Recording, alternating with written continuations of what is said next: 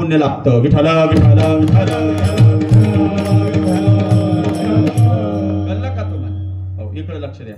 मग 11 महिन्यापर्यंत पितर बसवायचा.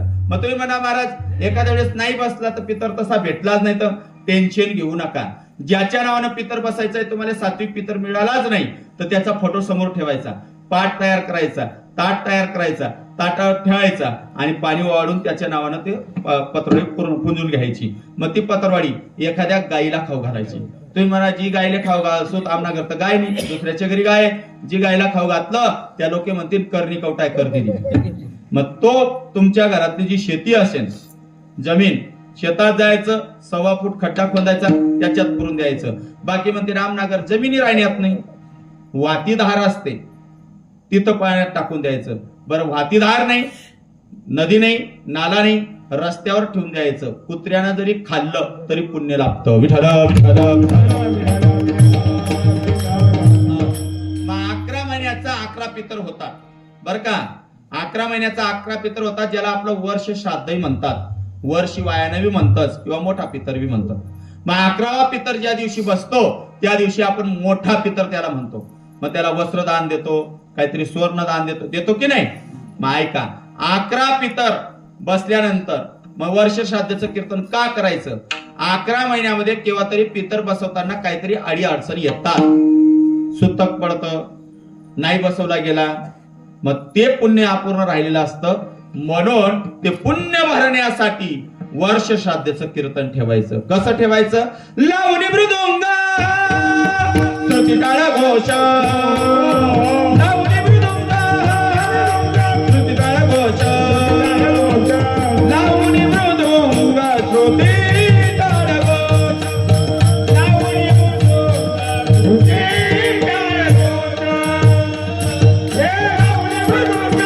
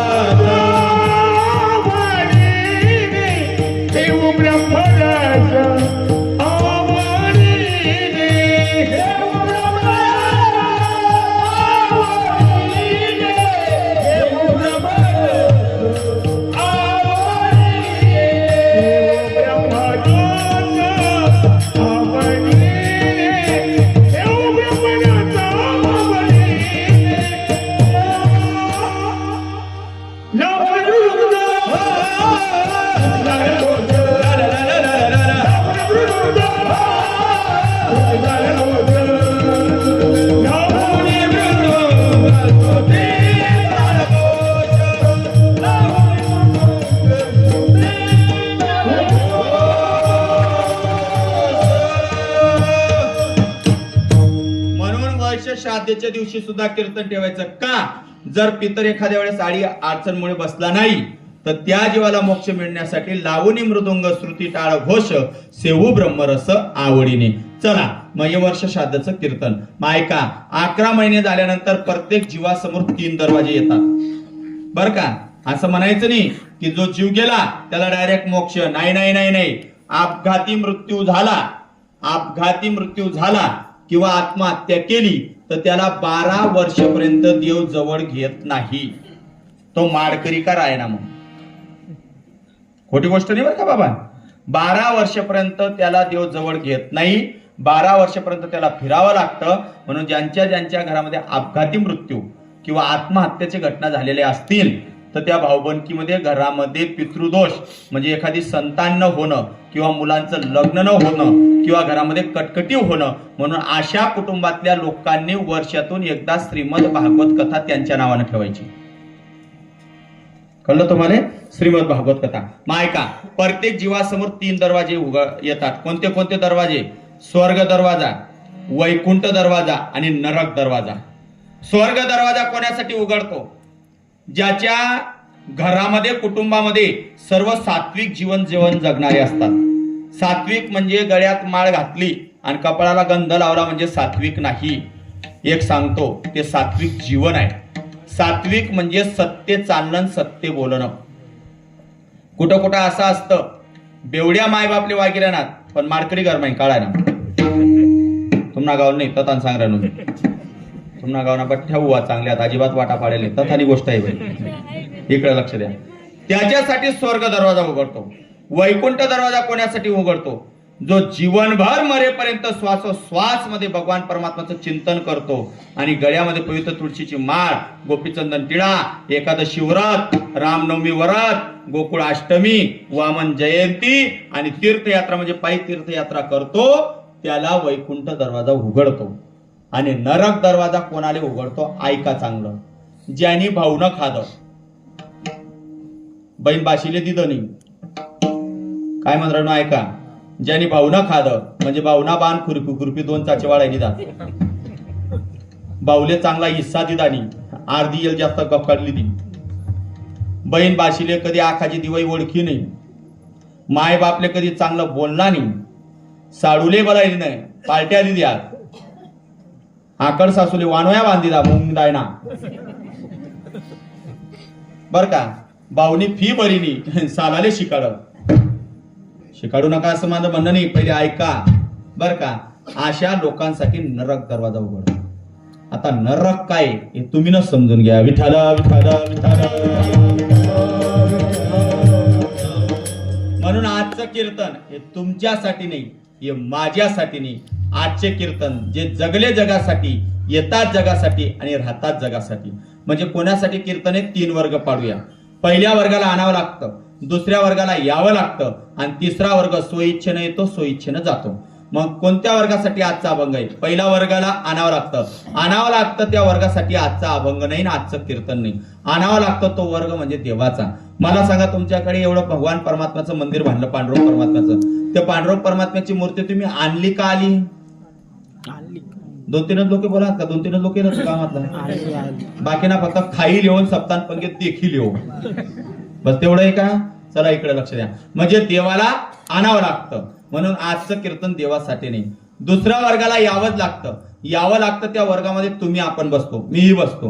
तो वर्ग म्हणजे कोणता? हा जीवाचा. या जीवाला काय यावं लागतं माहितीये तुम्हाला?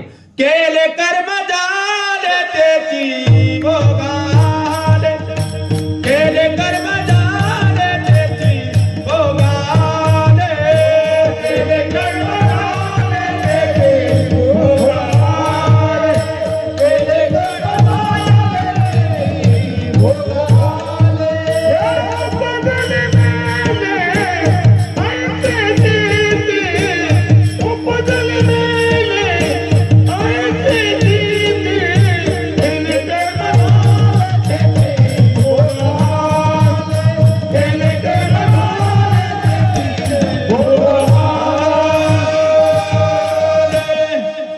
केले कर्म त्याची भोगाले, उपजले मेले ऐसे किती. जसं कर्म केलेले ते कर्म फेडण्यासाठी माय बापो आपल्याला या मृत्यू नगरामध्ये यावं लागतं.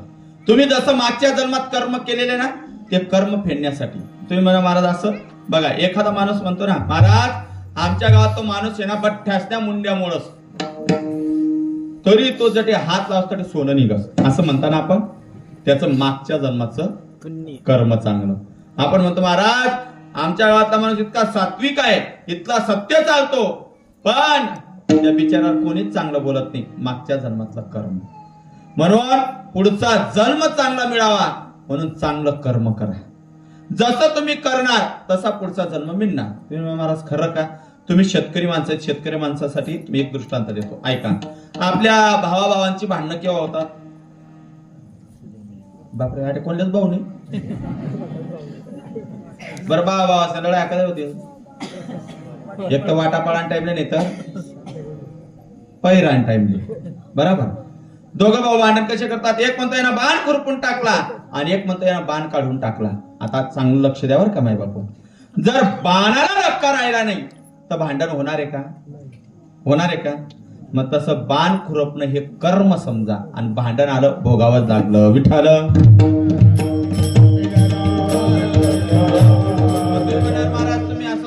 देण्यापेक्षा परमार्थातलं काहीतरी दृष्टांत द्या, शास्त्रातला काहीतरी दृष्टांत द्या. चला भागवतात. तुमच्या गावात भागवत झालंय का? वैर आहे का? असं 2-3 लोक हा मंत्राडा तुम्हाला का समजणार भाऊ मी काय सांगणार. मला 7 भाषा येतात. हो.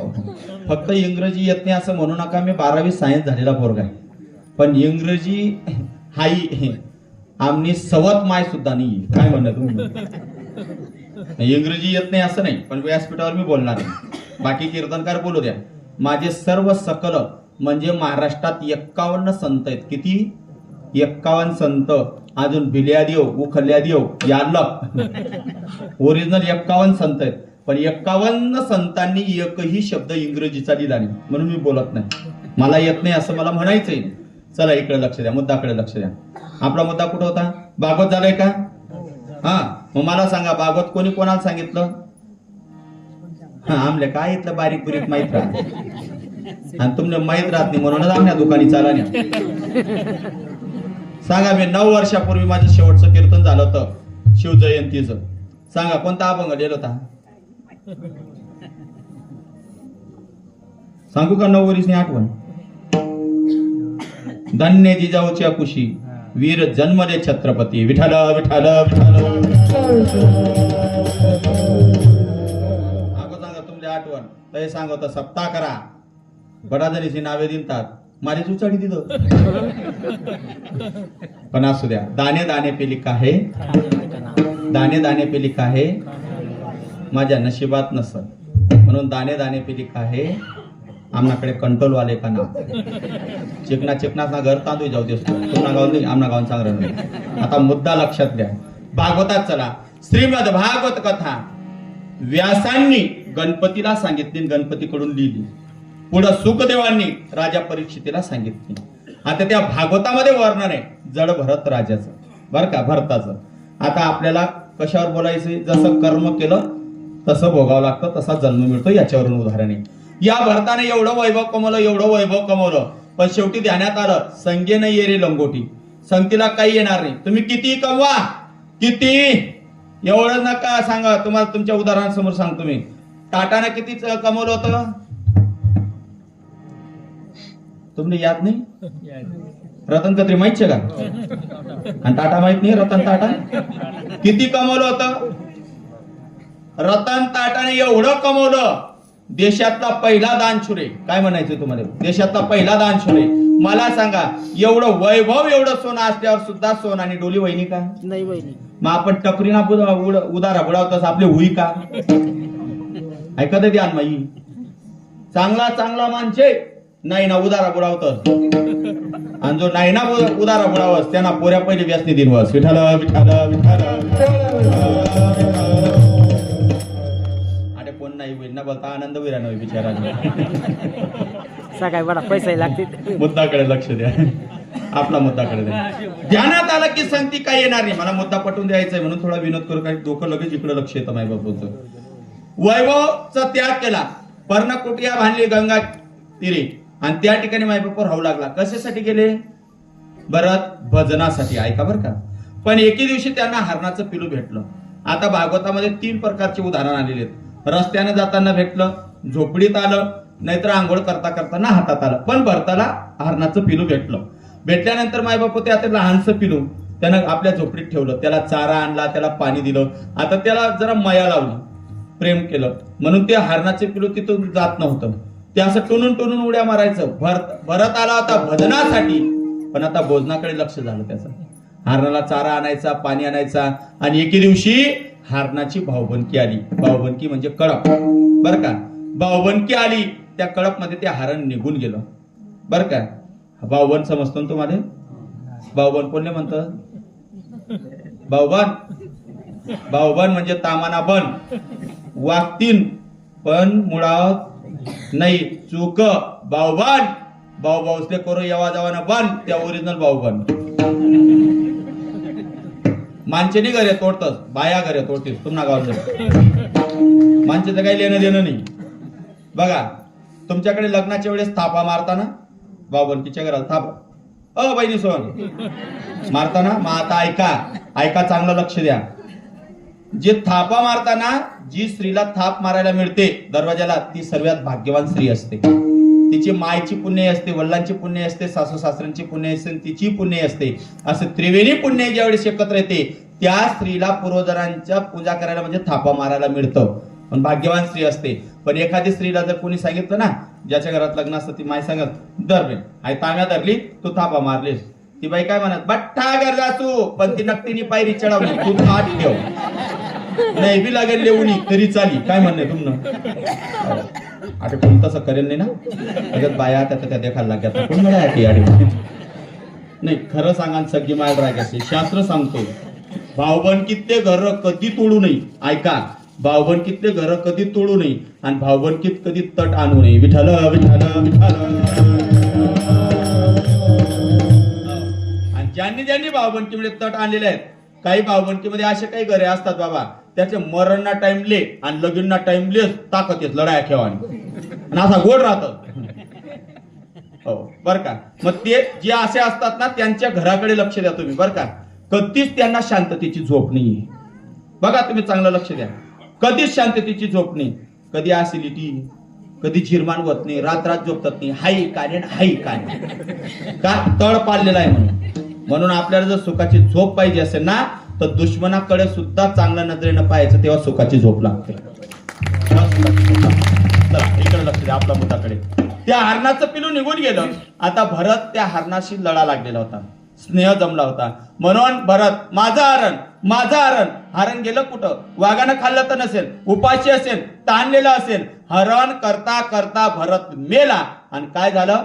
घाला तो घातला वासने, घाला तो घातला वासने, घाला तो घातला वासने, तो घातला.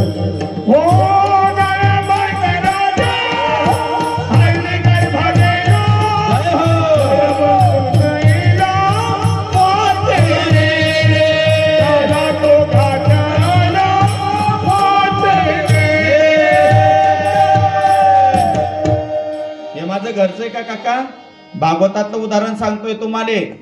जड भरत राजा हरणा गरबी गेला, घाला तो घातला वासनेने. भरत हरण हरण करता करता मेला. पुढचा जन्म कशाचा भेटला? तुम्ही बोला, आमने बोलाना पैसा भेटाय. भरत हरण हरण करता करता मेला. पुढचा जन्म कशाचा भेटला? बापरे, हरणाचा. कोणत्या जन्मात गेला तो? कोणत्या अवतारात आला तो? का? हरण हरण करता करता मेला म्हणून हरण झाला. तसं संसारामध्ये तुम्ही फक्त हरण हरण करू नका, तुम्ही हरी हरी करा. पुढच्या जन्मात कधी येण्याची गरज नाही, चांगला मोक्ष मिळेल. कळलं तुम्हाला? पण आपला संसार मा हारी भेटस का? टपरीना 5-5 हजार रुपये उदारा भरी, पण सप्तानी वर्गणी 100 लिहिल्या फुकट काही जाय. खोटी गोष्ट आहे काय? हो, 500-500 रुपये नाही, 2-3 500-500 3-3 हजार भरी एक महिना ना. टपरीवर 10 रुपयावर पैसा भेटत, सप्ताह टाइले मला काही येत नाही, डबाली जाय बरी सर. आणि गच्ची नग राहतात असा 100 रुपये देतील, बट गारबा जेवाली आपण संध्याकाळी डबा बिली जातील. अहो, प्रसादाचा डबा भरूनही पाप लागतं. आणि कोणी डबा न्यायचा प्रसादाचा? ऐका, तुम्हाला सांगून जातो, मुद्दा आला म्हणून. ज्याला कोणाला चालता येत नाही, दिसत नाही, ओट्यावरून खाली उतरता येत नाही, आजारी माणूस असेल, अशा माणसाला स्वतःहून डबा पोस्ट करायचा भंडाऱ्याचा. पण बाकीना बाया हुशार राहते, जेवण येतेस तर आप्पाले बी वाढ दे, आणि आप्पा तोंडाच्या मग फिरायला जाय, आप्पाला वाढ दे म्हणून आजीर्ण होई जास्त आले. आता मुद्दाकडे लक्ष द्या. कशाचा भेटला जन्म? हरणाचा. म्हणून आपण संसारामध्ये हरण नाही करायचं, हरी हरी करायचं. पण आपल्याला संसार सुटतो का? उखलला पकलला शपटला कुतरला, या म्हणा, आई म्हण, ते म्हण, शेरीना दगडवरून डोका फोडाफोड. शेरीना दगड तटेच पडेल आणि या नंदुरबार पोलीस स्टेशन मध्ये काय कामाचं? म्हणून चांगले वागा, चांगले बोला. आता नानांचं दशक्रिया विधी निमित्ताने एवढं हरी कीर्तन आहे का? नाना राजकारणी क्षेत्रात जरी होते, पण चांगलं वागत होते म्हणून पुण्य लाभ झाला. ते सत्य. म्हणून आपल्याला सर्व सोडून जायचंय. तू काया नगर का सौदागर, तुझे अपने वतन को जाना है, तू काया नगर का सौदागर.